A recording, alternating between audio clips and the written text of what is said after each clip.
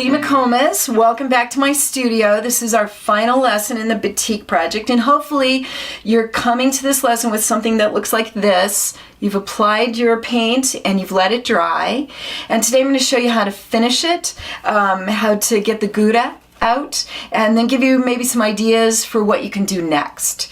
So to start with, we're moving around my studio. I'm going to introduce you to my ironing station, and this actually I received my grandmother's old treadle sewing machine, and I loved it, and I couldn't bear the idea of putting it into storage, so I converted it into my ironing station. And what I did was just took a piece of plywood, and I stapled a couple of pieces of batting over it, and then I wrapped an extra wide ironing cover around it, and I just lay it on top. I love this because it also gives me a little treadle shelf to put my extra irons.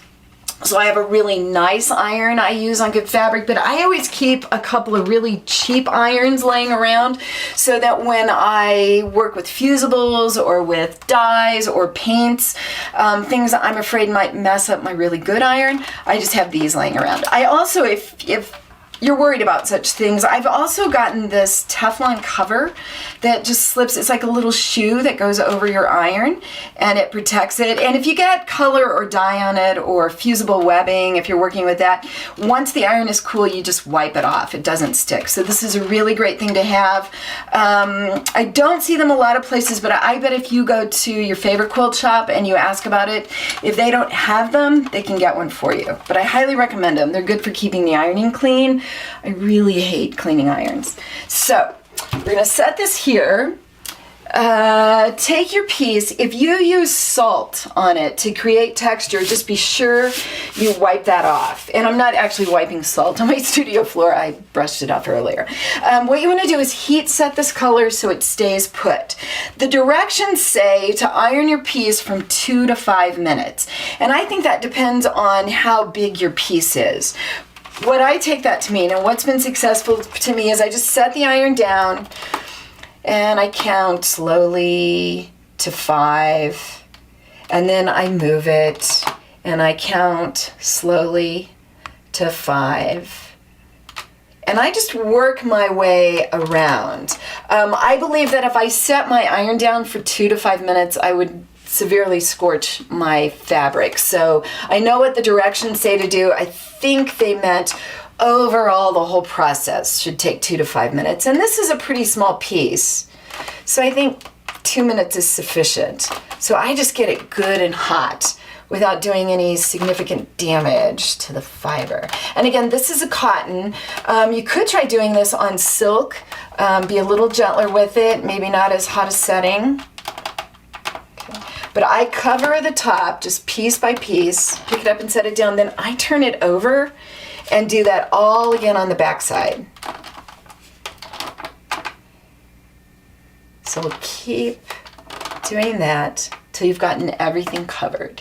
Once this is done, we're gonna go wash it out. So I think you get the idea of what to do here. We're gonna stop and we're gonna move to a new part of my house, my bathroom sink. So come join me there. Hi, we've relocated to my bathroom, and I should probably tell you before we get started that our friend the fly is back, I guess to help us rinse this out. And so if you hear a buzzing noise, that's what it is. I'm here at the bathroom sink, not because it's big and has a big sprayer like my kitchen sink, but because I don't prepare food here.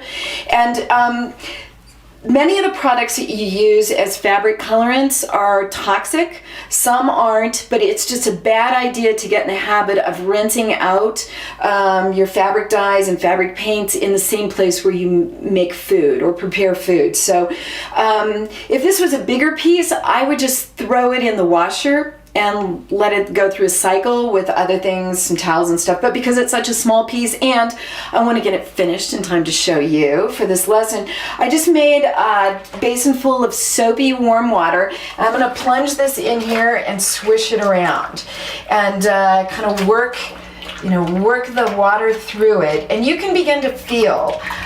You can feel the fabric. It doesn't take a lot to get that Gouda to dissolve. First it feels a little slimy, and then it goes away. So just keep doing that. But you can also see there's not a lot of color coming out of my water, and that's a good thing. That means that I've heat set it. But I can't say the water's totally clear. I've got looks like some little bits of blue coming out. So when I think that's done, oh yeah, that's pretty good. I'm gonna let that water out and give it one more rinse just to get all the soap out of it.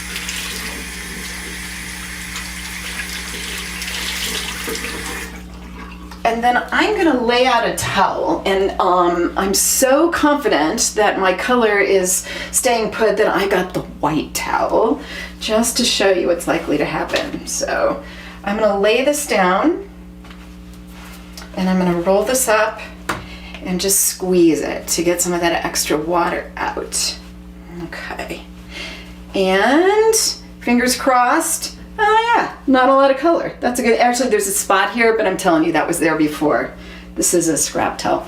So now I'm gonna go back to the ironing station. Come join me. We're gonna finish this up and talk about what you can do next. All right, now we're back at the ironing station, and I'm just gonna hit this with the iron, this time to smooth it out, to help it dry. You can let it dry on your own if you want, hang it outside, but I get a little impatient when I'm getting to the end of a project, and I wanna see it when it's all finished. And so there we go. This is such a great project to do with kids. So I know summer's coming. If you've got children of your own that are going to be out of school, or you've got nieces and nephews coming to visit, this is really wonderful because you know they're going to spill things, you know they're going to drop paint where you don't want it. And that was my dog Gretchen, who's woken up from her nap and is demanding to go outside, but she can wait until we're finished. When you're finished with this, a little panel like this, some things kids like to do is make a little pillow, put it back on it, stuff it, and it's a pillow they can travel with or keep on their bed. I've seen people fold the edges under, make a pocket for a tote bag, sew it to the front of a t-shirt or a sweatshirt. You might even, if you're doing it with children, ask them what they want to do with it, get ideas from them.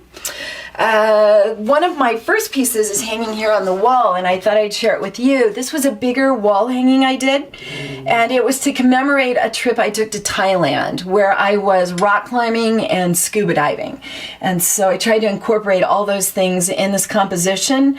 I went back, you can also tell I'm kind of an ocean girl. I like that life by the water, but I added some beads. Down here, these are freshwater pearls, and these are tiny little shells with holes drilled in them that I put on. I did some heavy stitching on here and incorporated metallic threads for the water. These are couched cord that comes through.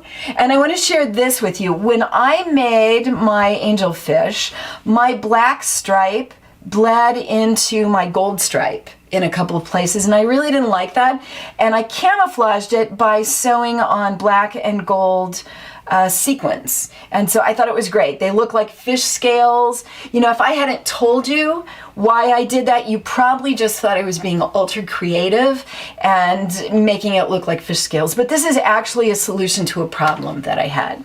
So one more time, be sure you finish your project and you post it online so we can see what you've done. And remember that there's going to be a drawing for a set of the Dynacolor paints.